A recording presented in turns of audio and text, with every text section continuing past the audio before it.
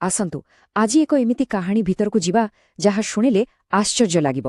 କାହାଣୀଟି ପାଉଁଶରୁ ଆରମ୍ଭ ହୋଇ ଆମ ପାଖରେ ମାନେ ଆଜିର ମଣିଷ ପାଖରେ ପହଞ୍ଚିଛି। ସତ କହିବାକୁ ଗଲେ ଏହିଟା ଗୋଟିଏ ଭୟଙ୍କର ବିପର୍ଯ୍ୟୟ ପରେ ଆରମ୍ଭ ହୋଇଥିବା ଏକ ଅବିଶ୍ୱାସନୀୟ ଯାତ୍ରା। ଆଚ୍ଛା, ଗୋଟେ ପ୍ରଶ୍ନ ଯାହା ଆମେ ସମସ୍ତେ ପିଲାବେଳୁ ଶୁଣି ଆସିଛେ, ମଣିଷ କ'ଣ ମାଙ୍କଡ଼ରୁ ତିଆରି ହୋଇଛେ? ହଁ ନା? ଏହି କଥାଟା ମନରେ ଏମିତି ଘର କରିଯାଇଛି ଯେ ଏହାର ସତ କ'ଣ ସେଟା ଆମେ ବୋଧେ କେବେ ଭାବିନେ। କିନ୍ତୁ ପ୍ରକୃତ କାହାଣୀ କୌଣସି ଗଛ ଡାଳରେ ଝୁଲୁଥିବା ମାଙ୍କଡ଼ଠୁ ଆରମ୍ଭ ହୁଏନି। ନା, ଆମ କାହାଣୀର ଆରମ୍ଭ ହୁଏ ଗୋଟିଏ ଦୁନିଆର ଶେଷରୁ, ଗୋଟିଏ ଏମିତି ସମୟରୁ ଯେତେବେଳେ ଆକାଶରୁ ନିଆଁ ବର୍ଷୁଥିଲା। ଆସନ୍ତୁ ଟିକେ ସମୟରେ ପଛକୁ ଯିବା। କେତେ ପଛକୁ? ଆଜିଠୁ ପାଖାପାଖି 6,60,00,000 ବର୍ଷ ପୂର୍ବକୁ। ଗୋଟେ ଏମିତି ଦୁନିଆ ଯେଉଁଠି ଆମ୍ବର ନାଁ ନିଶାନ ବି ନଥିଲା। 15 କୋଟି ବର୍ଷ ଭାବିଲେ ବି ମୁଣ୍ଡ କାମ କରୁନି। ଏତେ ଲମ୍ବା ସମୟ ଧରି ଏ ପୃଥିବୀରେ କେବଳ ଡାଇନୋସରମାନଙ୍କର ରାଜୁତି ଚାଲିଥିଲା। ଲାଗୁଥିଲା ସତେ ଯେମିତି ସେମାନଙ୍କର ସାମ୍ରାଜ୍ୟର କେବେ ଶେଷ ହେବନି। କିନ୍ତୁ ଗୋଟିଏ ଦିନ ଗୋଟିଏ ମୁହୂର୍ତ୍ତରେ ମହାକାଶରୁ ଆସିଥିଲା ଗୋଟିଏ ପଥର ସବୁକିଛି ଓଲଟାପାଲଟା କରିଦେଲା। ଆଉ ୟାର ପରିଣାମ ବହୁତ ଭୟଙ୍କର ଥିଲା। କଳ୍ପନା କରନ୍ତୁ, ପୃଥିବୀରେ ଥିବା ପ୍ରତି 4ଟା ଜୀବ ଭିତରୁ 3ଟା ଜୀବ ସବୁଦିନ ପାଇଁ ଲୋପ ପାଇଗଲେ। ଡାଇନୋସରଙ୍କୁ ମିଶାଇ ପାଖାପାଖି 75% ଜୀବଜଗତ। ପୁରା ପୃଥିବୀଟା ଯେମିତି ହଠାତ୍ ନିସ୍ତବ୍ଧ ହୋଇଗଲା।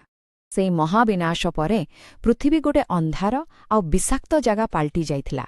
ହେଲେ ସେଇ ଘୋର ଅନ୍ଧକାର ଭିତରେ ବି ଜୀବନ କୋଉଠି ନା କୋଉଠି ବଞ୍ଚିବାର ରାସ୍ତା ଖୋଜୁଥିଲା।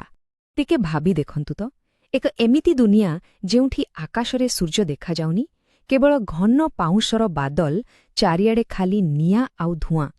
ଏମିତି ଏକ ପରିବେଶରେ ବଞ୍ଚିବା ଅସମ୍ଭବ ହିଁ ଲାଗୁଥିଲା। ତାହେଲେ ଏଇ ନର୍କରୁ ବଞ୍ଚିଲା କିଏ? ସବୁଠୁ ବଡ଼ କିମ୍ବା ଶକ୍ତିଶାଳୀ ଜୀବମାନେ ନୁହେଁ, ବରଂ ବଞ୍ଚିଗଲେ ସେମାନେ ଯେଉଁମାନେ ମାଟି ତଳେ ଗାତ କରି ଲୁଚି ରହିଥିଲେ। ଦେଖିବାକୁ ଛୋଟ ଆଉ ଦୁର୍ବଳ, କିନ୍ତୁ ଏମାନଙ୍କ ଭିତରେ ବଞ୍ଚିବାର ଏକ ଜିତ୍ ଥିଲା। ଆଉ ଜାଣିଛନ୍ତି, ଏମାନେ ହିଁ ଥିଲେ ଆମର ସବୁଠାରୁ ପୁରୁଣା ସ୍ତନ୍ୟପାୟୀ ପୂର୍ବପୁରୁଷ। ଡାଇନୋସରଙ୍କ ଯୁଗ ଶେଷ ହେବା ପରେ ଏ ପୂରା ଦୁନିଆଟା ଏ ଛୋଟ ଛୋଟ ଜୀବମାନଙ୍କ ପାଇଁ ଖାଲି ପଡ଼ିଥିଲା। ଆଉ ଏହା ହିଁ ଥିଲା ସୁବର୍ଣ୍ଣ ସୁଯୋଗ, ଛାଇରୁ ବାହାରି ଆଲୁଅକୁ ଆସିବାର ସମୟ। ଆଉ ସେଇ ଗୋଟିଏ ପ୍ରକାରର ଜୀବଠୁ ଜୀବନର ଏକ ନୂଆ ବିସ୍ଫୋରଣ ହେଲା। ତାର ବଂଶଧରମାନେ ପୂରା ପୃଥିବୀର କୋଣ ଅନୁକୋଣରେ ଖେଳିଗଲେ। କିଏ ସମୁଦ୍ର ଭିତରକୁ ଯାଇ ତିମି ହେଲା, ତ କିଏ ଆକାଶରେ ଉଡ଼ି ବାଦୁଡ଼ି। ଆଉ କିଛି ସ୍ଥଳଭାଗରେ ଦୌଡ଼ିବା ଶିଖିଲେ, ଯେମିତିକି ଘୋଡ଼ା। କିନ୍ତୁ ଏମାନଙ୍କ ଭିତର ଗୋଟିଏ ଶାଖା ପୁଣି ଥରେ ସେଇ ନୂଆ କରି ଗଢ଼ି ଉଠିଥିବା ଗଛ ଉପରକୁ ଚଢ଼ିଗଲା। ଏମାନେ ହିଁ ଥିଲେ ଆଦିମ ପ୍ରାଇମେଟ୍ସ। ଏବେ ଏଇ ଟାଇମ୍ଲାଇନ୍ ଉପରେ ଟିକେ ନଜର ପକାନ୍ତୁ। 5,50,00,000 ବର୍ଷ ପୂର୍ବେ ପ୍ରଥମ ପ୍ରାଇମେଟ୍ସ ଆସିଲେ। ତାର ବହୁତ ପରେ ପ୍ରାୟ 2 କୋଟି ବର୍ଷ ପୂର୍ବେ ଏବ୍ ବା ବାନର ପରିବାର ଅଲଗା ହେଲା। ଆଉ ତାପରେ ଆସିଲା ସେଇ ଗୁରୁତ୍ୱପୂର୍ଣ୍ଣ ମୋଡ଼। ଆଜିଠୁ ପ୍ରାୟ 70 ଲକ୍ଷ ବର୍ଷ ପୂର୍ବେ ମଣିଷ ବଂଶର ରାସ୍ତା ଏକଦମ ଅଲଗା ହୋଇଗଲା। ବର୍ତ୍ତମାନ ଆମ ନିଜ କାହାଣୀ ଆରମ୍ଭ ହେଉଛି। ପ୍ରକୃତିରେ ଏକ ବଡ଼ ପରିବର୍ତ୍ତନ ଆସିଲା। ଆଉ ଏହି ପରିବର୍ତ୍ତନ ଆମ ପୂର୍ବପୁରୁଷଙ୍କୁ ଏକ ବହୁତ ବଡ଼ ପଦକ୍ଷେପ ନେବାକୁ ବାଧ୍ୟ କଲା। ଦିନ ଥିଲା, ଆଫ୍ରିକାର ଘଞ୍ଚ ଜଙ୍ଗଲ ହିଁ ସେମାନଙ୍କର ଘର ଥିଲା। ଗଛ ଉପରେ ଖାଇବା, ପିଇବା, ସୁରକ୍ଷା ସବୁ ମିଳୁଥିଲା। କିନ୍ତୁ ଧୀରେ ଧୀରେ ଜଳବାୟୁ ବଦଳିଲା। ଜଙ୍ଗଲ ସବୁ କମିଗଲା। ଆଉ ତା ଜାଗାରେ ତିଆରି ହେଲା ବିଶାଳ ଘାସ ପଡ଼ିଆ। ଏବେ ଆଉ ଗଛରେ ଲୁଚିବା ସମ୍ଭବ ନଥିଲା। ଏଇ ଖୋଲା ପଡ଼ିଆରେ ବଞ୍ଚିବାକୁ ହେଲେ କିଛି ଗୋଟେ ବଡ଼ ପରିବର୍ତ୍ତନ ଦରକାର ଥିଲା।